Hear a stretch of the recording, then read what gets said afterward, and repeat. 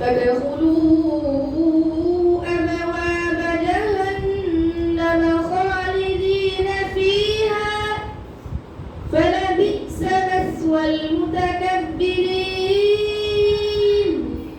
وقيل للذين اتقوا ماذا أنزل ربكم قالوا خيرا للذين أحسنوا في هذه الدنيا حسنة ولدار الآخرة خير ولنعم دار المتقين صدق الله العظيم অত্যন্ত চমৎকার তেলাওয়াত করলেন হাফেজ ইরফানুল্লাহ তেলাওয়াত শুনে মুগ্ধ হয়ে আমাদের আজকে সম্মানিত ওয়াইস হযরত মাওলানা হাবিবুল্লাহ কাসেম সাহেব কিছু হাদিয়া প্রদান করবেন। মাশাআল্লাহ মাশাআল্লাহ। এই পর্যায়ে আপনাদের সামনে গুরুত্বপূর্ণ আলোচনা নিয়ে আসছেন বেলানগর আল হাবিব তাহফিজুল কোরআন একাডেমির সম্মানিত প্রতিষ্ঠাতা পরিচালক হাফেজ মাওলানা হাবিবুল্লাহ কাসেম দামাত বরকাতুহু, যুগ্ম মহাসচিব বাংলাদেশ নামাজ বাস্তবায়ন কমিটি। আসসালামু আলাইকুম ওয়া রাহমাতুল্লাহি ওয়া বারাকাতুহু। الحمد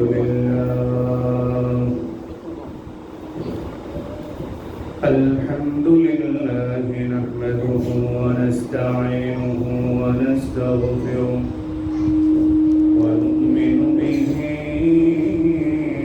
ونتوكل عليه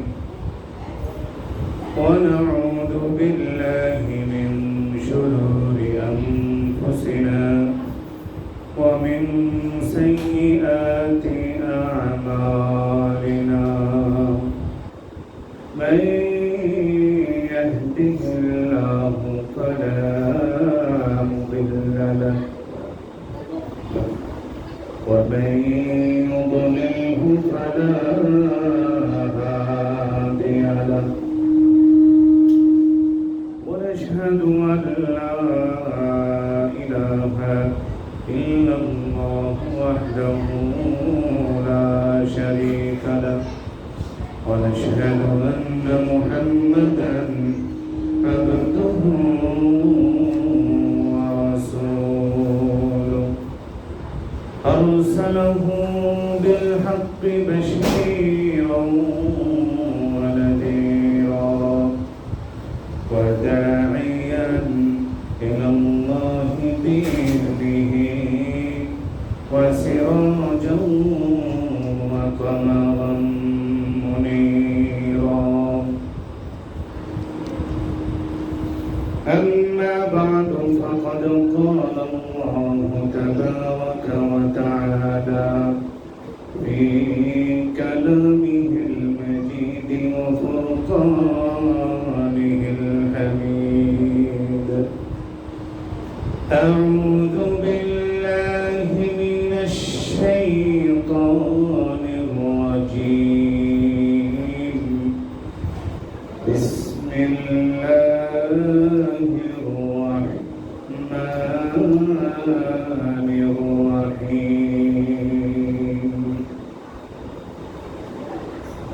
قد أفلح من زكاها وقد خاب من دساها. صدق الله مولانا العظيم. الحمد لله. উম্মাহাতুল মুমিনিন মহিলা মাদ্রাসার উদ্যোগে আয়োজিত আজ অত্যন্ত গুরুত্বপূর্ণ বরকতময় একটি দিন, বছরের সেরা মাসগুলোর মধ্য থেকে অন্যতম মাস মুহররম মাস।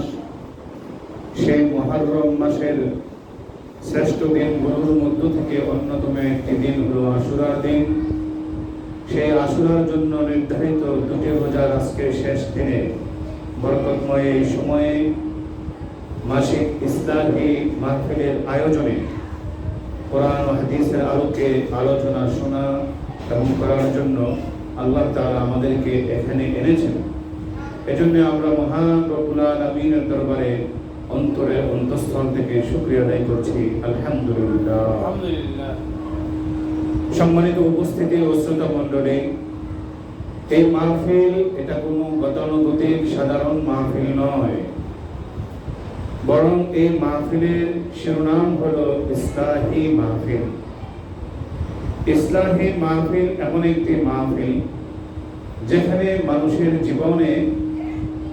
মানুষের জীবনকে ইসলাম করে সংশোধন করে আগের পথ থেকে নতুন একটি পথে এগিয়ে যাওয়ার শক্তি পাওয়া যায়, সাহস পাওয়া যায়, খোরাক পাওয়া যায়, এমন কিছু আলোচনা ক্ষুদ্র পরিসরে হলেও ওলামায়ে কেরাম করে থাকেন, আর আমরা সেগুলো নিয়ে থাকি।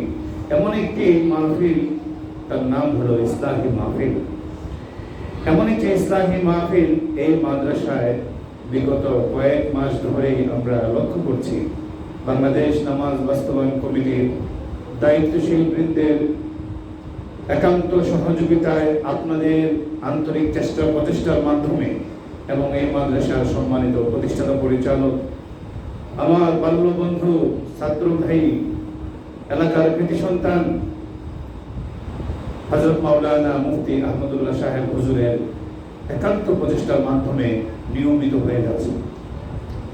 যদিও এই মাহফিলগুলোতে শ্রোতাদের, দর্শকদের সংখ্যা খুব বেশি হয়ে ওঠে না, কিন্তু নিয়মিত এই প্রচেষ্টাটা চালু রাখলে আমি মনে করি একদিন ইনশাআল্লাহ এর মাধ্যমে এলাকাতে এই ইসলাহের যে আলো সেটা ছড়াবে ইনশাআল্লাহ।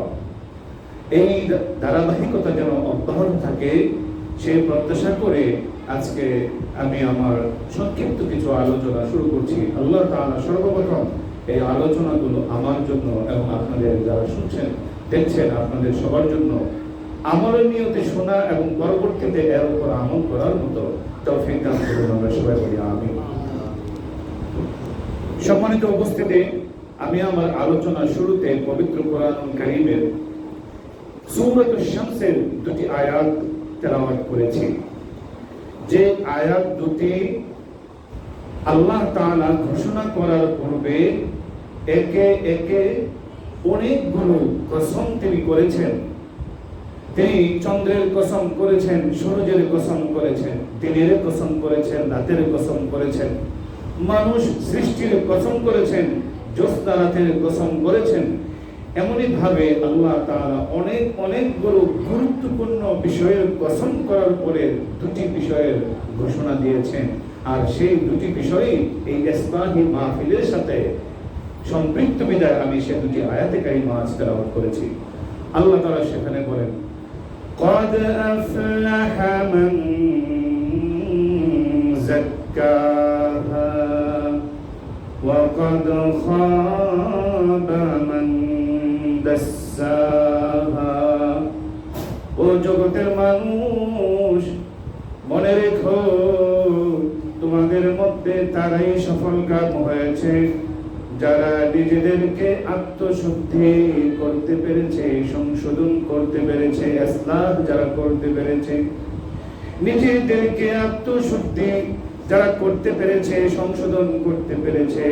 আর এই সংশোধন করা হয় ইসলাহের মাধ্যমে, আর এই ইসলাহি মাহফিলগুলোতে ইসলাহের আলোচনাই করা হয়। সুতরাং এই ইসলাহ এটা মানুষের জীবনে অত্যন্ত বড় গুরুত্বপূর্ণ বিষয়। বলা হয়েছে তারাই হলো সফল যারা নিজেদেরকে আত্মশুদ্ধি করতে পেরেছে, ইসলাহ করতে পেরেছে। এমন একটি গুরুত্বপূর্ণ বিষয় হলো ইসলাহ।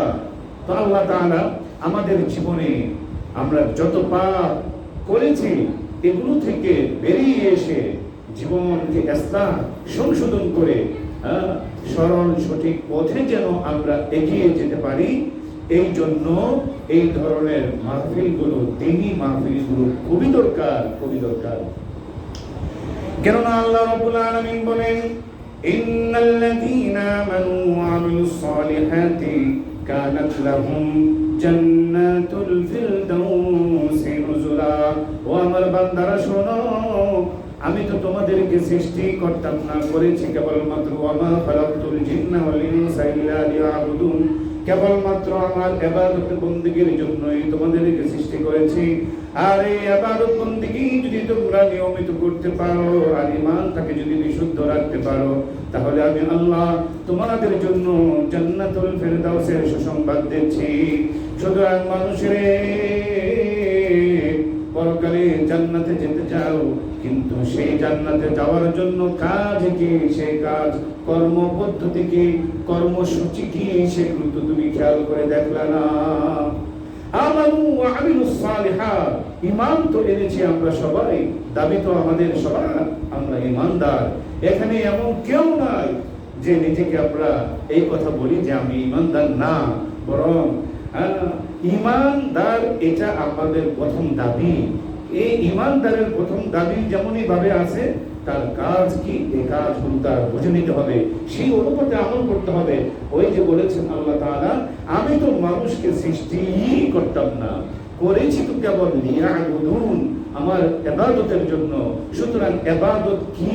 সারাদিন কি শুধু নামাজ পড়া এটাই কি ইবাদত? সারা জীবন কি, সারা বছরকে ধরে শুধু রোজা রাখা এটাই কি ইবাদত? নাকি আরো কোনো ইবাদত বندگی আছে? না, সারাদিন শুধু নামাজ পড়াই ইবাদত নয়, বরং সারাদিন রোজা রাখা, বছরকে বছর ধরে, মাসকে মাস ধরে রোজা রাখার নামই শুধু ইবাদত নয়, এগুলো অবশ্যই ইবাদত।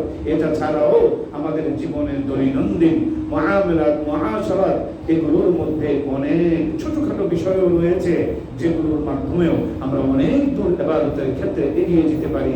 আর এই বিষয়গুলো জানবার জন্য প্রত্যেকটা মানুষকে ধর্মীয় জ্ঞান শিক্ষা অর্জন করা, যে আমাদের ইবাদতটা কি কি, এই ইবাদতগুলো কোনটার কি ফজিলত রয়েছে, এই বিষয়গুলো যদি আমরা জানি, তবেই সেই ইবাদত করার ইচ্ছা মনে জাগ্রত হবে। ঠিক কিনা বলেন? আমি যদি জানলামই না আমার কর্মসূচি কি, আমার ইবাদত কি, তাহলে ইবাদত করব কি করে?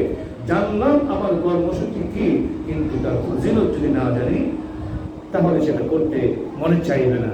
এই জন্য আমাদেরকে ইবাদতের পদ্ধতিগুলো যেমনই জানতে হবে, তেমনই ভাবে তার ফজিলত, তার মাসাইল, তার অন্যান্য বিষয়গুলো আমাদের জানতে হবে।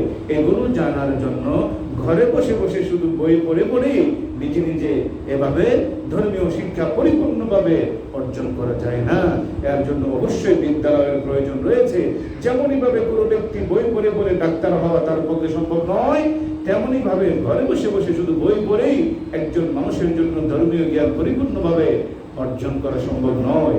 এই জন্য আমাদের এই যে উম্মাহাতুল মুমিনিন মহিলা মাদ্রাসা, এই ধরনের মাদ্রাসা এলাকায় এলাকায় প্রতিষ্ঠিত হওয়ার দরকার রয়েছে। কেননা সমাজে তো আমাদের ছেলেদের মাদ্রাসার অভাব নাই। আমরা কি মনে করি শুধু এই ইবাদত বন্দেগীগুলো শুধুই কি ছেলেদের জন্য? এটাই কি আমাদের ধারণা? এটাই যদি ধারণা না হতো, তাহলে এলাকায় এলাকায়, মহল্লায় মহল্লায় ছেলেদের মাদ্রাসা তো রয়েছে, কিন্তু মহিলা মাদ্রাসা এতটা দেখা যায় না কেন? তারাও কি আমাদের বোন না? তারাও কি আমাদের সন্তান না? তাদেরও কি ইবাদতের প্রয়োজন আছে না? অবশ্যই রয়েছে। বরং আমি তো মনে করি আমাদের দেশীয় পরিসংখ্যান অনুযায়ী দেশের এই জনগোষ্ঠীর মধ্য থেকে নারী পুরুষের তুলনায় বেশি। পুরুষের তুলনায় নারীর সংখ্যা যদি বেশি হয়ে থাকে, তাহলে এরকমের মাদ্রাসা এলাকায় এলাকায় প্রতিষ্ঠিত হওয়ার দরকার আছে কিনা বলেন? যদি না হয়, তাহলে আমাদের বোনেরা, আমাদের সন্তানেরা তারা কোথায় গিয়ে এই ধর্মীয় জ্ঞান অর্জন করবে? এগুলো যদি তারা না শিখে, তাহলে তাদের জীবনটা কিভাবে সোনালী হবে, তাদের দুনিয়ার জিন্দেগি কিভাবে সফলতা আসবে, তাদের পরকালীন জীবন কিভাবে সফলতা আসবে? আল্লাহ রাব্বুল আলামিন পবিত্র কুরআনুল কারীমের সূরাতুন নাহলে বলেন, মান আমিলা সালিহান মিন যাকারিন আও উনসা ওয়া হুয়া মুমিন ফালানুহয়িয়ান্নাহু হায়াতান তাইয়্যিবা ওয়া লানাজজিয়ান্নাহুম আজরাহুম বিআহসানি মা কানু ইয়ামালুন। ও দুনিয়ার মানুষ, তুমি কি মনে করে নিয়েছ পুরুষদের জন্য এই সকল ইবাদত বন্দেগীর আয়োজন? না না না, ইবাদত বন্দেগীর ক্ষেত্রে নারী পুরুষকে আল্লাহ তাআলা সমান অধিকার দিয়েছেন। আল্লাহ তাআলা বলেন, মান আমিলা সালিহান মিন যাকারিন আও উনসা ওয়া হুয়া মুমিন। ও মুমিন ঈমানদার নরনারী শোনো, তোমাদের মধ্যে যে নেক আমল করবে, আমলে সালেহ করবে, সে যাকারিন আও উনসা, পুরুষ হোক অথবা মহিলা হোক। এখানে আল্লাহ তাআলা পুরুষ মহিলা উভয়ের কথা আলাদা আলাদা ভাবে, পৃথকভাবে একত্রে বর্ণনা করেছেন। ইবাদত করো আমার সওয়াবের আশা নিয়ে, পরকালে জান্নাতে যাওয়ার আশা নিয়ে। এই আশা নিয়ে যদি ইবাদত বন্দেগী করো রে, আর তুমি পুরুষ হও আর নারী যাই হও না কেন, আমি আল্লাহ তোমাকে এই দুনিয়ার মধ্যে হাফালানুহিয়ান্নাহু হায়াতান তাইয়্যিবা, দুনিয়াতে তোমাদেরকে সুন্দর একটি সফল জীবন দান করব। শুধু তাই নয়, ওয়ালানাজজিয়ান্নাহুম আজরাহুম বিআহসানি মা কানু ইয়ামালুন, পরকালে নারী পুরুষ উভয়কে আমি তার কর্মের প্রতিদান সমান হারে বুঝিয়ে দিব। বলেন না সুবহানাল্লাহ। সুতরাং এই আয়াত থেকে আমরা পরিষ্কার জানতে পারলাম, ইবাদত কেবলমাত্র পুরুষের জন্য নয়, ইবাদত মহিলাদের জন্য। ইবাদত যদি করতে হয়, ইবাদতের মধ্যে অন্যতম ইবাদত হলো নামাজ। এই নামাজ পড়ার বিধান কি, পদ্ধতি কি, এটা যদি আপনার আমার জানা না থাকে, তাহলে কেমনে নামাজ পড়বেন? বলতে পারেন, হুজুর আমরা তো নামাজ পড়তে পড়তে দাড়ি মুছ সব পাকাইয়া ফেলেছি, নামাজের তো কোনো অর্থই মিস করি না। যদি এখনই জিজ্ঞেস করা হয়, আপনি সূরা ফাতিহা সহ 3টা সূরা আমাকে একটু শোনান, হয়তোবা চেষ্টা করলেও সহি শুদ্ধভাবে শোনানো সম্ভব হবে না, হবে না, হবে না। কেননা ছোট্টকালে, বাল্যকালে, কিশোরকালে আপনি আমি হয়তোবা এইভাবে ধর্মীয় জ্ঞান শিখার জন্য ভালো কোনো প্রতিষ্ঠানে গিয়ে কোরআন শিখি নাই। কোরআন না শিখার কারণে আজ নামাজ পড়ছি, কপালে দাগ ফেলে দিয়েছি, কিন্তু নামাজের অন্যতম যে রুকন সেটা হলো কোরআন বিশুদ্ধ পড়া। সেই কোরআন তো শুদ্ধ করতে পারি না। অনেক মহিলা আছে তারা তো পারে না। তো এই বিষয়গুলো না পারলে এখন আপনি আপনার জীবনের যে স্টেজে চলে এসেছেন, এখান থেকে চাইলেও পিছনে ফিরে যাওয়া সম্ভব নয়।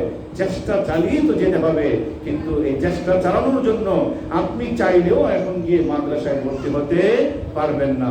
আপনার জন্য পথ দুটি খোলা রয়েছে, আপনার জন্য পথ দুটি খোলা। 1 নম্বরের পথ হলো তাবলীগ জামাতের মেহনতে যাওয়া, 2 নম্বরের পথ হলো বাংলাদেশ নামাজ বাস্তবায়ন কমিটি। এই কমিটির দায়িত্বশীলরা, বিশেষ করে আমার পরে যিনি আলোচনা করবেন, আমাদের বাংলাদেশ নামাজ বাস্তবায়ন কমিটির অন্যতম দায়িত্বশীল যিনি মহাসচিব, তিনি এমন সুন্দর একটি আবিষ্কার করেছেন। মাত্র 7 দিনে অথবা 3 দিনে, অর্থাৎ মাত্র 14 ঘন্টায় কিভাবে কায়দা থেকে মানুষ কোরআন বিশুদ্ধ রূপে পড়ার একটা ন্যূনতম যোগ্যতা অর্জন করতে পারে, এরকমের একটি আবিষ্কার তিনি দীর্ঘদিনের গবেষণায় তিনি করেছেন। সুতরাং আমি আপনাদেরকে অনুরোধ করব, এই ইসলামী মাহফিলেও যদি আগামীতে আপনারা একটি দিনব্যাপী কর্মসূচি রাখেন, যে রাত্রে তো আলোচনা হবে, কিন্তু সারা দিন আমরা কোরআন শিক্ষার জন্য এখানে মেহনত করব। মেয়েদের কিন্তু পড়ার আয়োজন সর্বদাই রয়েছে, তারা পড়ছেন। মাওলানা আহমদুল্লাহ সাহেব অত্যন্ত চমৎকার পরিকল্পনা করে তিনি তার মাদ্রাসার সামনে যে সুন্দর একটি বড় একটি মিলনায়তন রেখেছেন, এখানে সব ধরনের প্রোগ্রামই করা সম্ভব। আপনারা বাবাজিরা, যুবক ভাইয়েরা, আপনারা যদি পরিকল্পনা করেন যে আমরাও দিনে একটি দিন মাসে আমরা দিব, আপনারা যদি আমাদের জন্য সময় দেন, তাহলে জীবনের এই ক্রান্তি লগ্নে এসে আমার তো বুঝ হয়ে গেছে, আমার কোরআন শুদ্ধ নয়, সুতরাং আমাকে শিখতে হবে। কে শিখাবে? শিখানোর মতো কেউ নাই। আপনার ছেলে অথবা আপনার নাতি, তাকেও যদি আপনার মাদ্রাসায় দিয়ে হাফেজ বানিয়ে থাকেন, যদি বলেন নাতি আমার পড়াটা একটু শোনো, আমরা আউযুবিল্লাহ বিসমিল্লাহ শোনার পরে এর ধৈর্য আর ধরবে না, যে না না ও দাদা তোমার পড়া শোনার মতো ধৈর্য আমার নাই, এত ভুল করো তুমি, তার কাছেও আপনি শিখতে পারবেন না। কিন্তু আমরা সেই দরদের দরদি, আপনার দরদের দরদি হয়ে এই শফিকুল ইসলাম আজিজের মতো ব্যক্তিরা, এই মুবাশশির আহমদ সাহেবের মতো ব্যক্তিরা, আহমদুল্লাহ সাহেবের মতো ব্যক্তিরা দেশের বিভিন্ন প্রান্তে ঘুরে ঘুরে ফ্রিতে কোরআন প্রশিক্ষণের কর্মসূচি নিয়েছে। আপনারা জেনে খুশি হবেন, আজকে আমরা এই মাহফিলে আসার আগে আমরা সেই একটি 3 দিনের কর্মসূচি মধ্য কারারচর কেন্দ্রীয় জামে মসজিদে বিগত 3 দিন ধরে এরকম একটি কর্মসূচিতে আমরা অংশগ্রহণ করে ওই কর্মসূচি 3 দিন শেষ করে আজকে আমরা এখানে এসেছি। আসার পর আমার মনে হয়েছে আছে, আমার মাহফিলে অন্য আলোচনা আর কি করব, জীবনের প্রথম কর্মসূচি কি হলো নামাজ। যেই নামাজ তারা মানুষ পরকালে প্রথম প্রশ্নই হবে নামাজের জন্য, সেই নামাজ শুদ্ধের জন্য অন্যতম শর্তই তো হলো কোরআন বিশুদ্ধ পড়া। সেটাই যদি শুদ্ধ না থাকে, সুর দিয়ে আলাপ করে, সুর দিয়ে আলোচনা করে, সুর দিয়ে বক্তব্য দিয়ে, আমার ভাইরা কি, আমার এলাকার যদি মুরব্বী বাবাজিরা তাদের পড়া যদি শুদ্ধ না হয়, আমি সুর দিয়ে সুরের করতে ওয়াজ করে গেলাম, কি ফায়দা? কিন্তু আমি যদি তাদেরকে হাতে পায়ে ধরি, একদিনের একটি কর্মসূচি হাতে নিয়ে তাদেরকে কমপক্ষে 10টি সূরা যদি তাদেরকে শিক্ষা দিয়ে যেতে পারি, আর এর মাধ্যমে যদি এই বাবাজির নামাজটা শুদ্ধ হয়ে যায়, আমি বিশ্বাস করি পরকালে আপনি আমার জন্য আপনি দোয়া করবেন, দুনিয়াতে দোয়া করবেন, পরকালেও আপনি আমাদের জন্য এরকম ভাবে কৃতজ্ঞতা জ্ঞাপন করবেন আল্লাহর দরবারে, যে এদের জন্য আজকে আমাদের এই মেহনত বা আমাদের এই সভ্যতা আসছে। বিষয়টা খুব দরকার না? আজকের ওই অনুষ্ঠান থেকে আসার সময় অনেক মানুষ সেখানে ছিলেন, সবাই মুরব্বী। তাদের একটি অভিমতের ভিডিও বার্তা আমার আইডিতে আজকে রাত্রে অথবা কালকে প্রকাশিত হবে। আপনারা যদি কেউ এটা দেখেন, আপনাদের চোখ দিয়ে পানি এসে যাবে।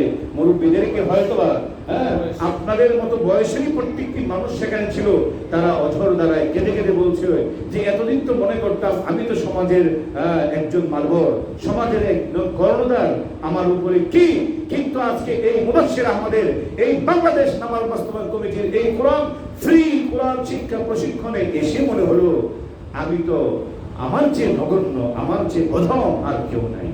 এতদিন এই অনুভূতি আমার আসে নাই, অনুভূতি আসতো हमसे बड़ा कौन है, কিন্তু আজ समझ आया मुझसे छोटा कौन है, मुझे এরকম অনুভূতি আজ আমাদের এসেছে। এই জন্য বাবাজিরা, আমি মাওলানা আহমদুল্লাহ সাহেবকে উদারত আহ্বান জানাবো, ইসলাহি মাহফিল শুধু বয়ানের জন্য নয়, ইসলাহি মাহফিলের মধ্যে এমন একটি পরিবেশ, এখানে সুন্দর পরিবেশ রয়েছে, এই পরিবেশে যদি এমন একটি আয়োজন করা যায়, এই এলাকা একদিন আলোকিত হবে, একদিন আলোকিত হবেই ইনশাআল্লাহ, এটা আমার দিলের একান্ত ইচ্ছা। সম্মানিত মা বোনেরা, আপনারা আলোচনা শুনছিলেন সূরাতুন নাহলের সেই কথা, যেখানে আল্লাহ তাআলা আপনাদের নাম ধরে বলেছেন, মান আমিলা সালিহান মিন যাকারিন আও উনসা ওয়া হুয়া মুমিন। ইবাদতের ক্ষেত্রে আপনাদেরকে পুরুষের সাথে সমান অধিকার দেওয়া হয়েছে। পুরুষ ইবাদত বন্দেগী করে যেমনি ভাবে তার অধিকার রয়েছে, আপনারও সেই অধিকার রয়েছে। শুধু তাই নয়, আমি মনে করি আল্লাহ তাআলা ইবাদতের ক্ষেত্রে আপনাদের অধিকার সমান দিলেও ইবাদতের মর্যাদা প্রাপ্তির জন্য আল্লাহ তাআলা আপনাদের অধিকার পুরুষের চেয়ে আরো অসংখ্য গুণে বাড়িয়ে দিয়েছেন। চিল্লায়ে বলেন সুবহানাল্লাহ।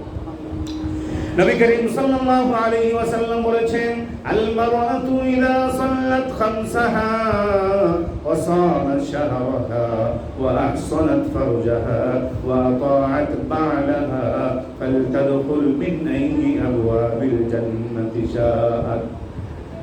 ও মা বোনেরা, শুনে রাখো, পুরুষের জীবনে অনেক কাজ রয়েছে, অনেক কর্মসূচি রয়েছে, অনেক কাজ তাদেরকে করতে হয়। কিন্তু নারী, শুনে রাখো, তুমি অনেক কিছু করার মতো সময় তোমার নাই, সুযোগ তোমার নাই। সবকিছু এক পাশে রাখো, মাত্র 4টি কাজ করো। এই 4টি কাজ যদি তুমি সুন্দরভাবে সম্পাদন করতে পারো রে নারী, তাহলে আমি তোমার জন্য এমন সুযোগ দিব, জান্নাতের 8টি দরজা তোমার জন্য উন্মুক্ত হয়ে তোমাকে সাধুবাদ জানাতে থাকবে, অভ্যর্থনা জানাতে থাকবে, ওয়েলকাম জানাতে থাকবে।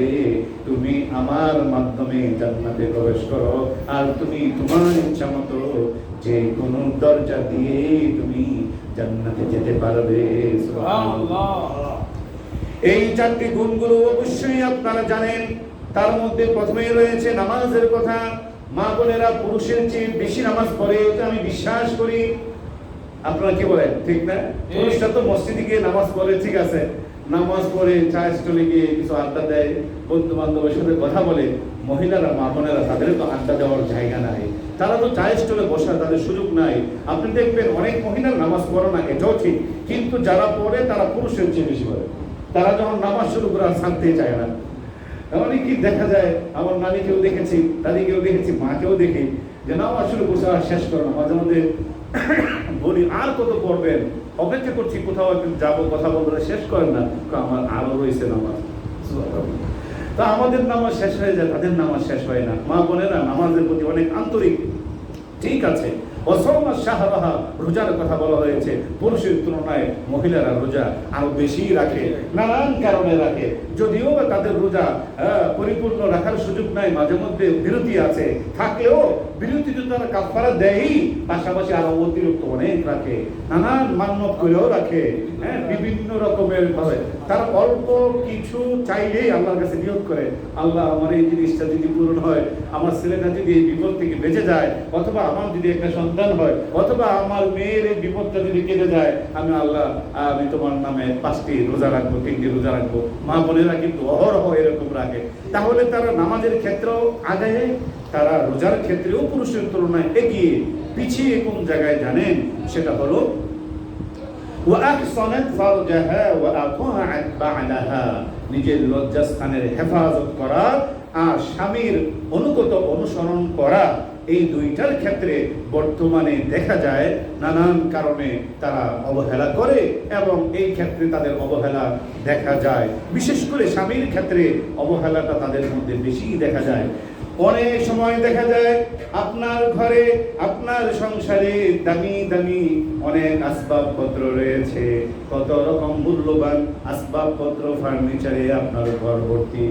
মানুষ আসলে আপনার ঘরের আসবাবপত্র দেখে চমকে যায়, কিন্তু আপনার যে স্বামী আপনাকে এত সুখ দিল, সেই স্বামীর মনেই তো কোনো শান্তি নাই।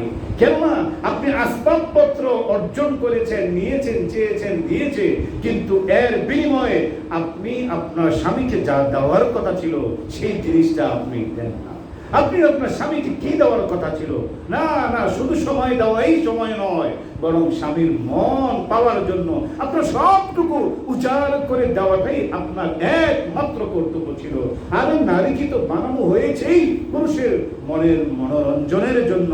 এটা শুধু বাড়তি কথা নয়, এটা আল্লাহ তাআলা বলেছেন যে ওয়ামিন আয়াতিহি আন খালাকা লাকুম মিন আনফুসিকুম আজওয়াজাল লিতাসকুনু ইলাইহা। সূরাতুর রূমের একটি আয়াতে আল্লাহ তাআলা বলেন, ও জগতের মানুষেরা শোনো, তোমাদের এই স্ত্রীদেরকে, নারীদেরকে আমি তোমাদের মধ্য থেকে সৃষ্টি করেছি। কেন সৃষ্টি করেছি জানোনি?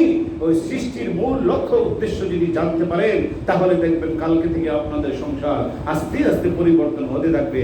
আল্লাহ তাআলা নিজেই বলেছেন লিতাসকুনু ইলাইহা, যাতে করে পুরুষ তোমাকে পেয়ে সে তার মনের তৃপ্তি লাভ করতে পারে। বলেন না সুবহানাল্লাহ।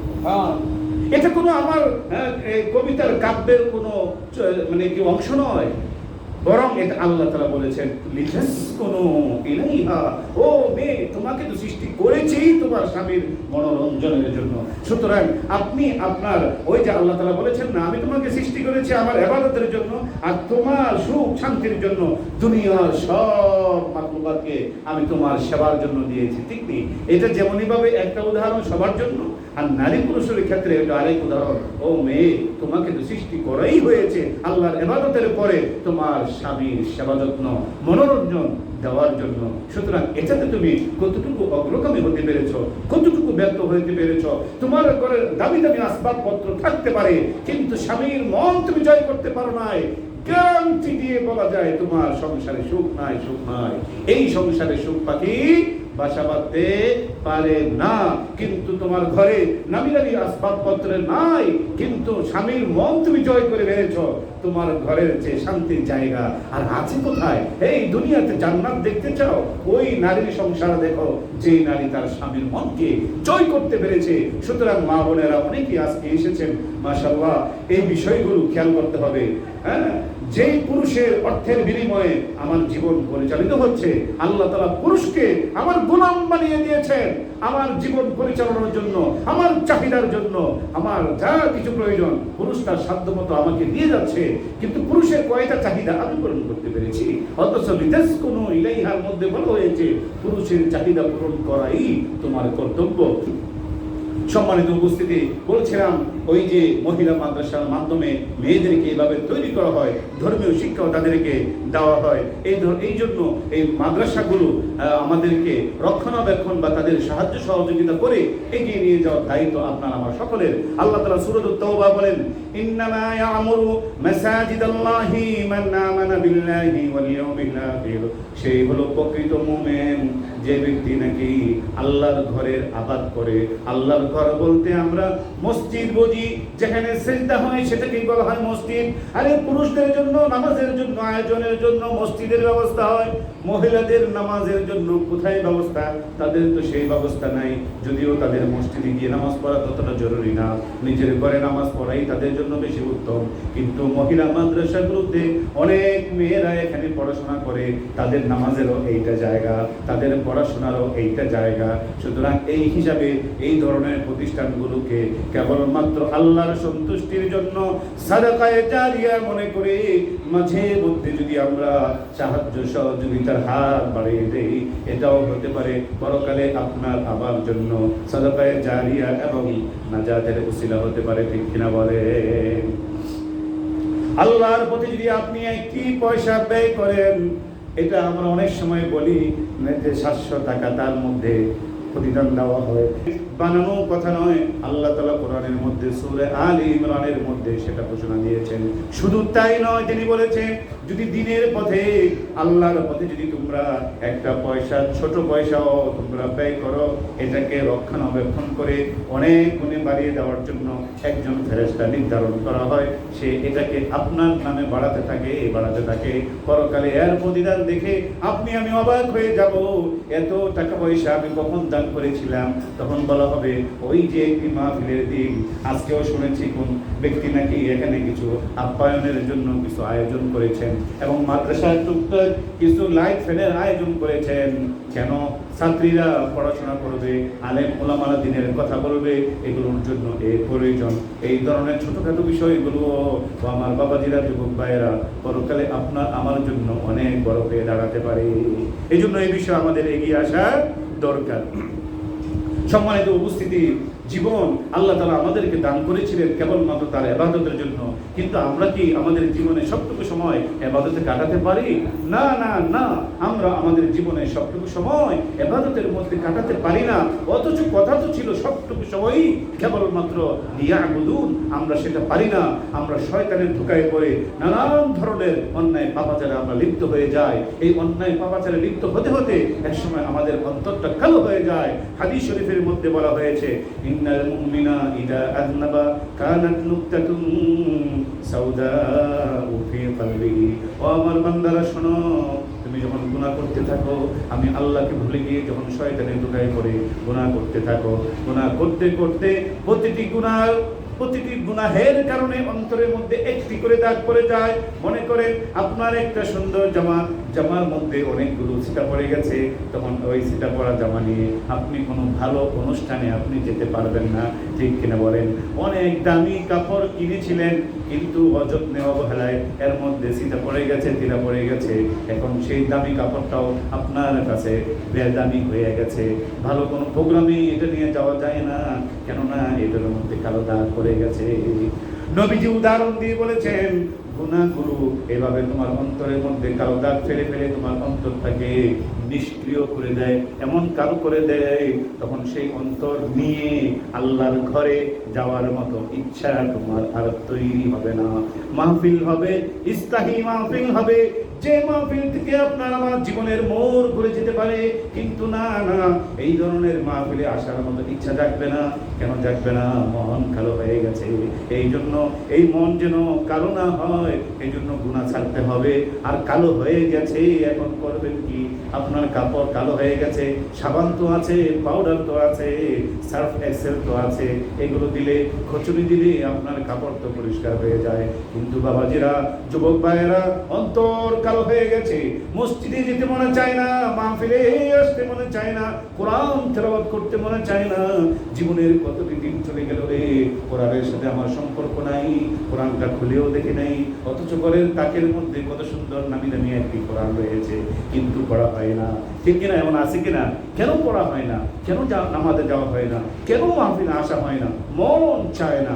এই মন তো একসময় আল্লাহ তাআলা পবিত্র একটি আত্মা দিয়ে আল্লাহ তাআলা আপনাকে দুনিয়াতে প্রেরণ করেছিলেন, কিন্তু সেই পবিত্র আত্মাটাকে আমরা গুনাহের মাধ্যমে নষ্ট করে ফেলেছি।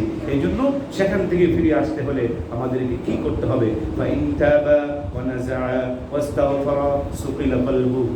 নবীজি বলেছেন, 1 নম্বরের কাজ হলো তওবা করা, 2 নম্বরের কাজ হলো ওয়াস্তাগফার, বেশি বেশি করে আল্লাহর দরবারে ইস্তেগফার করতে থাকা। আল্লাহ, আমার চেয়ে বড় কোনো গুনাহগার নাই, আমার চেয়ে বড় কোনো পাপী নাই।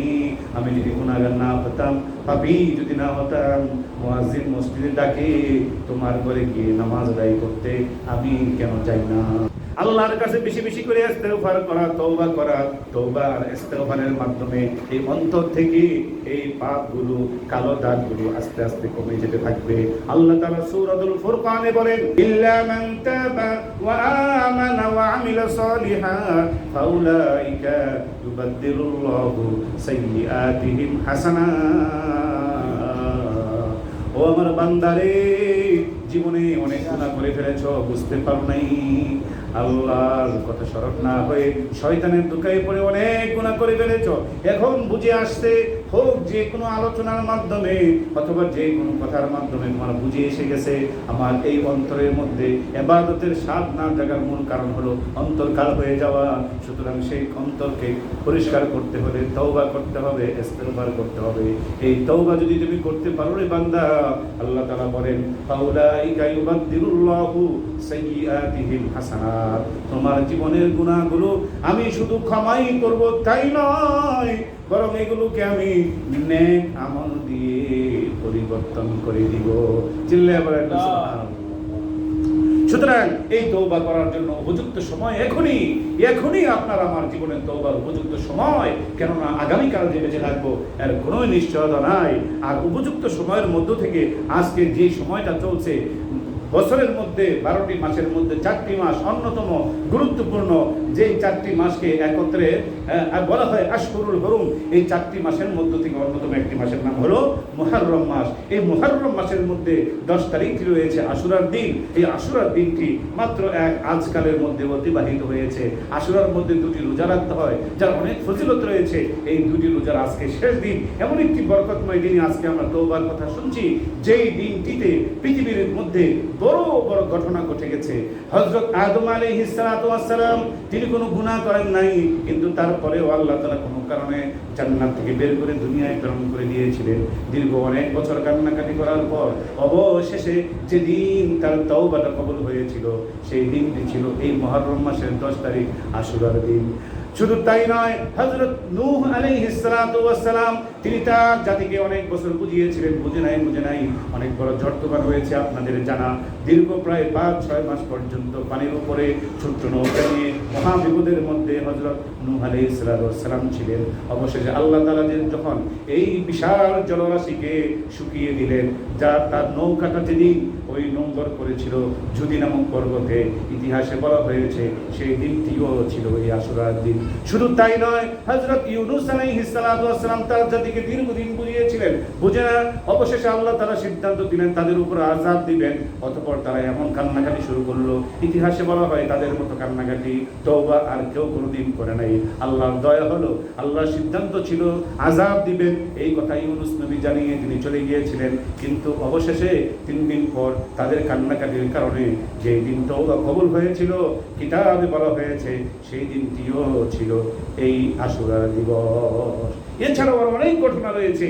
এই তওবা কবুল, দোয়া কবুল, বিজয় এবং হযরত মুসা আলাইহিস সালামের বিজয়, এটা তো প্রসিদ্ধ ঘটনাই এই আশুরা দিবসে। সুতরাং এই আশুরার একেবারে কাছাকাছি সময়ে আজকের এই উম্মাহাতুল মুমিনিন মহিলা মাদ্রাসার মিলনায়তনে আজকে আমরা যতটুকু আলোচনা শুনলাম, এই আলোচনা যদি কারো মনে বিন্দুমাত্র দাগ কেটে থাকে, তাহলে মনটাকে আল্লাহর দিকে রুজু করে দিয়ে আসুন আমরা এখন থেকে চিন্তা করি, আজকে থেকে গুনাহ সব ছেড়ে দিলাম, গুনাহ যত ছোটই হোক সেটা করব না, আর নেকের কাজ যত ছোটই হোক সেটা আমরা ছাড়বো না। নেকের কাজ ছোট হোক ছাড়বো না, গুনাহের কাজ ছোট হোক সেটা আমরা করব না। আমাদের মরহুম পীর সাহেব হুজুরের স্লোগান ছিল সেটা। তো যাই হোক, আজকে এই পর্যন্ত আলোচনা করলাম। আমাদের সামনে ইতিমধ্যে এসেছেন আমাদের আজকের প্রধান আলোচক, বাংলাদেশ নামাজ বাস্তবায়ন কমিটির সম্মানিত মহাসচিব এবং ঢাকা বাড্ডার একটি অন্যতম মাদ্রাসার সম্মানিত প্রতিষ্ঠাতা পরিচালক, এবং সারা বাংলাদেশে মাত্র 14 ঘন্টায় অল্প সময়ের মধ্যে কিভাবে কোরআনকে বিশুদ্ধ রূপে পড়া যায়, এই মিশনের যিনি সম্মানিত আবিষ্কারক, তিনি সেই ব্যক্তিত্ব যিনি আজ আমাদের সামনে বসে আছেন। তিনি এখন কথা বলবেন। তো হযরতকে তার বক্তব্য রাখার আহ্বান জানিয়ে আমি আমার আলোচনা শেষ করলাম। যতটুকু আলোচনা করলাম আপনাদের কেমন লেগেছে? ভালো লেগেছে? যদি ভালো লেগে থাকে তাহলে কি আমরা কি আল্লাহ দরবারে একটু হাত তুলে ওয়াদা করতে পারি ইনশাআল্লাহ এর উপর আমরা আমল করব? আল্লাহ তাআলা আমাদের এই ওয়াদাকে কবুল করুন। আমিন। আসসালামু আলাইকুম ওয়া রাহমাতুল্লাহি ওয়া বারাকাতুহু।